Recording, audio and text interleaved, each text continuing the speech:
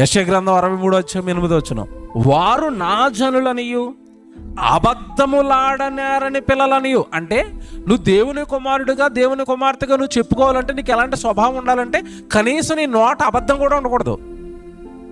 ఇక తర్వాత వ్యభిచారాలా, దొంగతనాలా, మోసాలా, నువ్వు చూసే భయంకరమైన పాపపు కార్యక్రమాలా, ఈ లిస్టులో ఏ లిస్టు నీ దగ్గర ఉన్నా నువ్వు తన కుమారుడు అని తన కుమార్తె అని దేవుడు చెప్పుకోడు, నువ్వు చెప్పుకుంటావు అంతే. నేను విశ్వాసనైనా నేను గుడికి వెళ్తానైనా నువ్వు చెప్పుకుంటావు. నీలో ఏ పాపం అన్నా ఏ నేరం అన్నా దేవుడు చెప్పుకోడు నా కొడుకు నా కుమారుడు అని.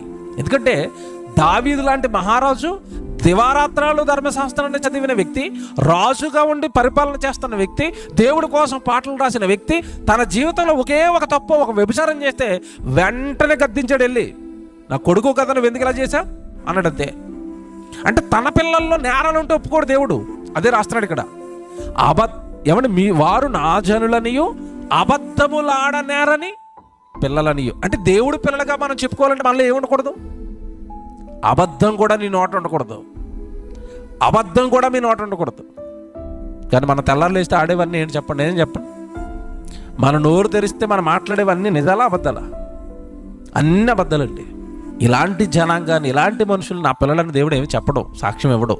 తన పిల్లలుగా మనం చెప్పుకోవాలంటే మనకు ఉండవలసిన క్వాలిటీ అట